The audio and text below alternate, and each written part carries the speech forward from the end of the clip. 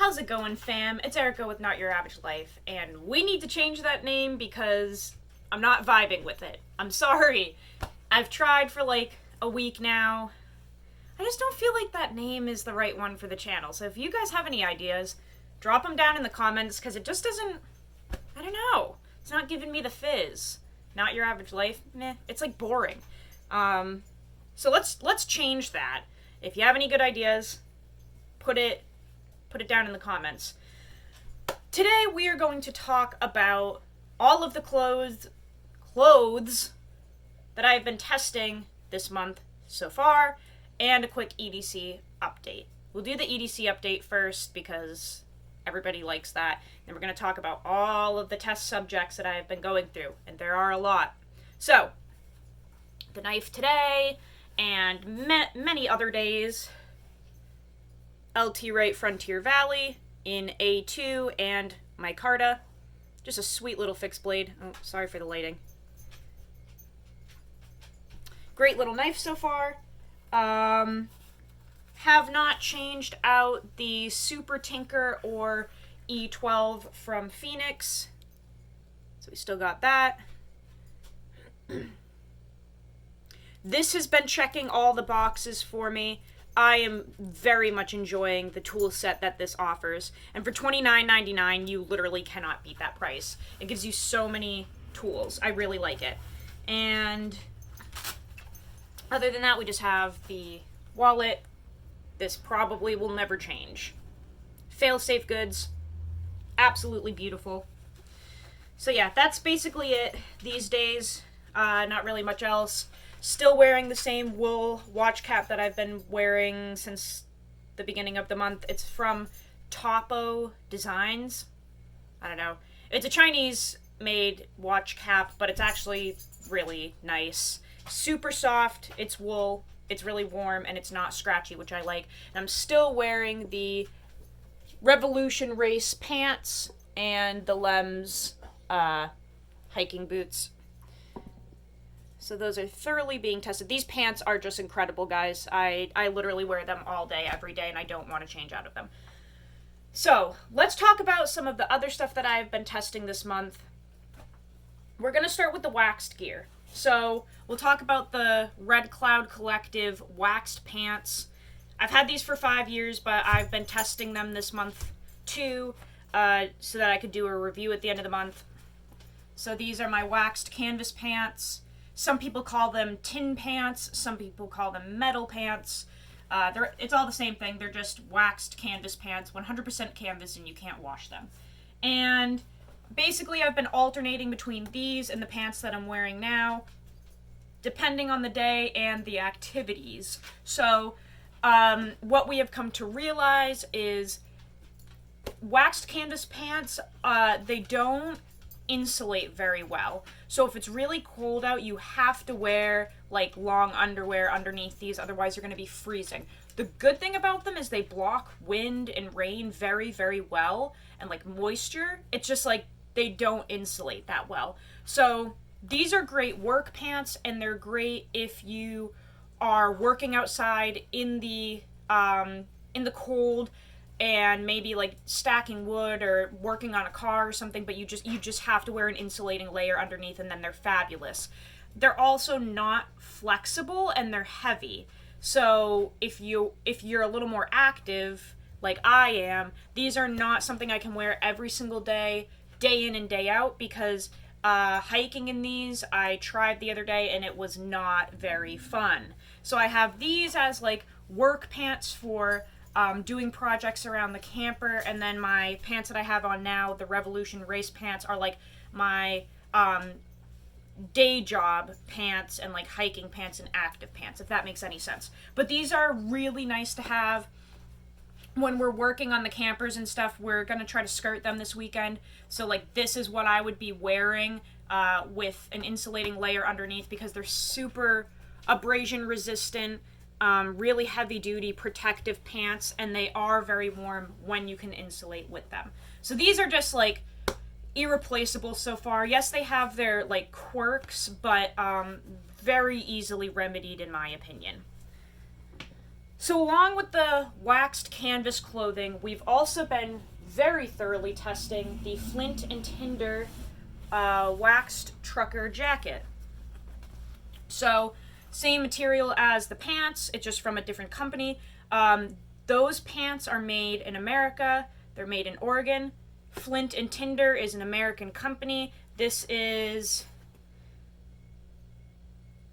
cut and sewn in Los Angeles, California, and the fabric is sourced from Fairfield, New Jersey, made in the USA. I really like that they say where the fabric is sourced from. Oh, the lighting is so bad. And where it is cut and sewn. That's very cool to me. Flint and Tinder also seems to have an incredible warranty where they will just take care of your stuff for you no matter what. I am not sponsored by any of these companies, by the way. I did not get any of this for free, and I paid full price, and they do not know who I am whatsoever, okay? Just as a disclaimer. Okay, so, again, a great jacket. The price is right. This one is flannel lined. They also have a wool lined, I think. And obviously, like, unlined ones, too. So, this has been my everyday jacket. In New Hampshire, it was like 70 degrees last week for some odd reason, and now it is freaking cold. It was like 26 degrees this morning, I think. It's freezing now. Like, we are finally coming into fall. So it's been great testing this jacket. Again, the good thing about it is when you're warm inside of this, you're warm. But when you're not, you're really not. It's not a good insulator. This is an outerwear jacket where you need to supply yourself with an insulating layer. Otherwise, this is going to be a waste of your time. The great thing about this jacket is that I have found it's really great, again, in windy weather. It's been crazy windy lately, and you're just not going to feel the wind through this. Like, there's no way. It is so... Well, it's waxed canvas. Wind cannot penetrate through this. Neither can dog claws. I work with dogs 40 hours a week at my day job. They are rescue dogs from down south and typically have no manners because they have been pulled off the streets, and they come with long talons from rescue, and they just want to jump all over you and get love-ins because they've never had it before. And it hurts. My body, especially my lower body, is like covered in bruises because they just don't know that they're not supposed to jump. So this jacket has been awesome at work because when the dogs are jumping up on me and trying to lick my face and stuff, I can't feel it through this. My pants, definitely. Like I said, I'm bruised to shit. The jacket, though, really helps with being scratched up and stuff, and also working with, like, barbed wire and fencing and stuff, which I've been doing a lot. It just brushes right off of this. So if you have a job or a lifestyle where you're working around pokey things, I can highly recommend this so far. And it is warm if you insulate with it. So this morning, like I said, it was like 27 degrees. I just have this fleece on, and I put this over it, and I was warm outside. And I just have this fleece. So as long as you insulate with this, it's absolutely fantastic. The build quality is incredible. It's a very nice looking jacket. Aesthetically speaking, it's a very nice looking jacket.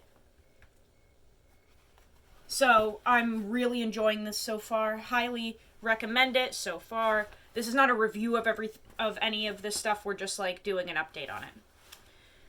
Okay, now let's get into the hoodies because we were testing 3 hoodies.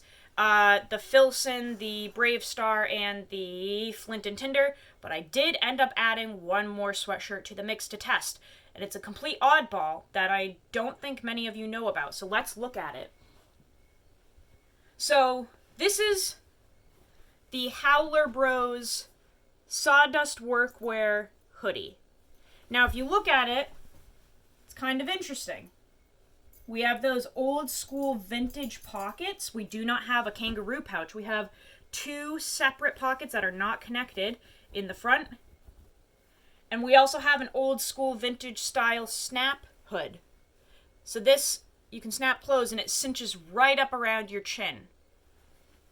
Now, this is not made in America. This is made overseas in China. And we do not know the weight on this. So we know the weight on the rest of them. This one, it didn't say. It just said that they doubled their material up. I think this is 100% cotton, actually. Like, no stretchy stuff in it. Where the fuck is the tag? I think it's 100% cotton, so they don't add anything else. And they said that they doubled the weight on this, like they improved it. It feels very heavy, I will say that, but the knit is different.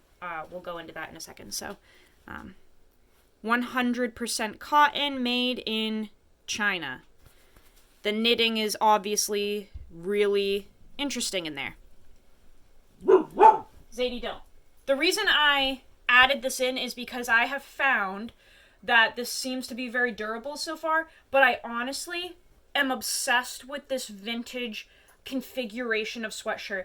These separated big deep front pockets have been so useful when doing projects and working with the dogs. I can put treats down in here and they're not going to fall out, and the dogs can't put their little snoot into the side like a kangaroo pocket. Like clickers, when I go out on hikes I can put stuff in here, and then doing projects I just drop all my tools right in there, and oh my goodness, this type of sweatshirt is really cool and useful. I'm obsessed with this vintage design. Now, Nicole thinks I look like a fool when I wear it, but man, I just think it's the coolest thing ever. I have used the snaps to cinch up around me, around my chin when it's cold. Those work great. I don't know, this is kind of cool. I really like this. It's not the warmest sweatshirt, so I think because of the knit, the way it's knitted, it's just not a good insulator, so you have to wear something underneath. But as an outerwear, it's great, and it has features that I really like. But yeah, if we look at that, man, the sun is just killing us here. If we look at that knit, it's very spaced out and clearly not insulating, right? But again, great if you put something wool underneath. It's a little big on me, so I can definitely do that. I'm really liking this so far. So this has been thrown into the mix. It's $125, which is absolutely insane. That is not a correct price in my opinion, but I am enjoying testing it and stuff. And a lot of these companies do like sales and discount codes, so that's kind of cool. You might be able to score some of this stuff for a little cheaper. Okay, so the next one in the lineup, in terms of weight, because we do know all of the weights going forward, is the Filson Prospector hoodie at 13 ounces. So, this is just incredible so far. All of these sweatshirts moving forward I really don't know if I can choose like which one is the best. This is so warm, so comfortable. Now, I will say I have thrown a Carhartt sweatshirt into the mix to compare and contrast with these. And I'm not saying this to be trendy. I'm being serious. There's just no comparison, guys. The Carhartt sweatshirt, I got the, like, heavy-duty pullover, the one that, like, all the construction dudes wear. I have that I've been comparing with this, and it's not even close to the quality of these. The knit is super spaced out. It is not as warm. It is not as windproof and water-resistant, and it pills up, and these do not. So, is a Carhartt pullover cheaper? Absolutely. It genuinely does not compare to the quality of these sweatshirts, though. Even the cuffs, like, stretch out and become weird, and even the cuffs have attention to detail on all of these sweatshirts. So, that is just already taken care of, out of the question. Carhartt does not compare to these. It's just, these are way better. So, the Filson one, really, really nice. This is very durable so far, very, very warm. I'm just really enjoying this hoodie. It's got a nice big hood. There's nothing else I can say about it. It's just really fantastic. Very much windproof so far. Doesn't pill up. Super soft. It's just a great hoodie so far. Nothing bad to say about that one. Then the next one, coming in at 20 ounces, would be the Brave Star Glory Days hoodie. So this one is made in the States. The Filson one is not. This is made overseas, but their warranty program is in the States, and if you mess up that sweatshirt or anything, they'll... Did I just say sweatshirt? Sweatshirt, they will fix it for you, which is great. So the Brave Star and the Flint and Tinder coming up, both made in America, really cool. This hoodie is warm. Holy smokes. So when you get into 20-ounce cotton, oh my goodness, this thing is toasty. I seem to not need an insulating layer with this at all. This sweatshirt is also like only $88, the cheapest one out of all of them, and it's made in America. Really cool. Yeah, handcrafted in Los Angeles. This hoodie is just extremely, extremely warm. I do feel that it has a little more of like a kind of normal fit. So the Filson is a little baggier, and it looks like you're kind of like a construction worker or something. This one I feel is a little more like an athletic fit, kind of. Maybe something that you would wear just every day. It's not slim fit, but it doesn't look like you're going to a construction site. It's a very nicely made, very tidy sweatshirt that is extremely warm and extremely durable. Everything about this is just really, really nice. I feel like it just kind of looks the most plain and normal. So I really like this one. Again, crazy warm. I feel that the drawstrings there are a little too long, and I think I'm just gonna maybe pull those out, although they are very nice, but they're just way too long for me. And I tried tying it up and it just looked silly, but yep, really, really nice hoodie, very durable, not pilling at all, super soft, super warm. And that one is marketed as the heaviest weight hoodie made in the States, but it's not. This Flint and Tinder one, the last one, is actually at 23 ounces, I believe. So, not sure why they said that, but this is the last sweatshirt. This is the heaviest duty one, and just the heaviest in general. And the outside of this Flint and Tinder 10-year hoodie is a little more rugged feeling and harsh compared to the other ones. So this on the outside, you can just tell this is like very rugged and durable. Super soft on the inside though. This one's called the 10-year hoodie from Flint and Tinder, made in the States. And they call it the 10-year hoodie because it has a 10-year warranty, where if you do anything to this to mess it up, they will fix it for you, like no questions asked. Very cool company. Yeah, 10-year hoodie, super heavyweight, super durable, super warm, super wind resistant. Really enjoying this one. This has the slimmest fit out of all of them, surprisingly. So this is like a very slimming sweatshirt. Not tight, though. It's not like suffocating you or anything. It's just got like a very slim fit. But it's not, you can definitely layer underneath this. You're not suffocating. It's not like constricting or anything. I don't like clothes like that, typically speaking. And no, this one just has like a very nice fit, I have found. You look like you're skinny in it, but super roomy on the inside.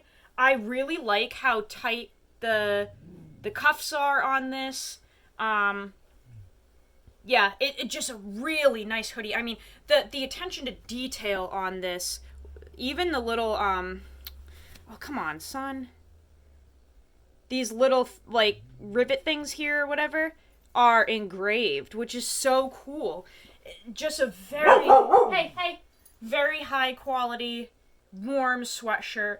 And like I said from the beginning, I genuinely can't pick which one is the best, and I don't know if I'll be able to at the end of the month, like I thought that I would be able to. I thought that one would stand out from the rest, but no, they're all really good, and I feel like they're all worth looking into and trying so far, and that it kind of just depends on your personal preference of, like, fit. Because the Flint and Tinder is pretty slim fit. The Brave Star is kind of in the middle with, like, a normal kind of, like, athletic look. And then you've got the Filson that is, like, your typical, like, dirty work, kind of baggier hoodie. Zadie, we don't have to do that for no reason, okay? So yeah, it's really up to you. And then the Howler Bros, like, vintage sweatshirt, the very first one with the cool pockets, that one is very similar fitting to the Filson. They're both kind of just, like, typical workwear fit, like, kind of baggy in the midsection and stuff, and in the arms, too. So yeah, that's kind of, like, my update on the clothing so far. Oh, let's go over the footwear super quick, because I think I have finally found, like, my ultimate footwear, and I'm very picky about it. So let's just lower this. Okay. So these are the Lems Primal Pursuit Mid. So these are, they're, like, kind of mid-height hiking boot, and they are barefoot shoes, so they're zero drop with a wide toe box. These, I think, are the shoes that I'm going to stick with moving forward. So I feel like I'm so picky with shoes. My feet are, like, very particular. So my feet get cold easily. They also get sweaty easily. And if I wear a leather mock style boot, it's really a hit or miss whether it works for me or not. I feel like a lot of the times my foot will get, like, sweaty in there, and then I'm freezing, and the sweat doesn't have anywhere to escape from in the leather boot. And then if I have something too breathable, my feet are obviously freezing because the boot is breathable, and the warmth just escapes. And it's been, like, a constant battle for me my entire life, finding, like, warm shoes for fall and winter in New Hampshire. It's just been a constant freaking battle for me. And now that I only wear barefoot and zero drop shoes, it's just like quit while you're ahead. It's really hard. But I found the Lems boots. They are a water-resistant hiking boot that is not fully insulated, but sort of insulated. And they're great so far. So I feel that they've been very warm, but breathable, but not too breathable. So I cannot feel the wind and the cold through these shoes, but they're breathable enough where wearing wool socks, the heat from my feet and the sweat moves appropriately. I've been wearing these every day since I got them. They're very warm.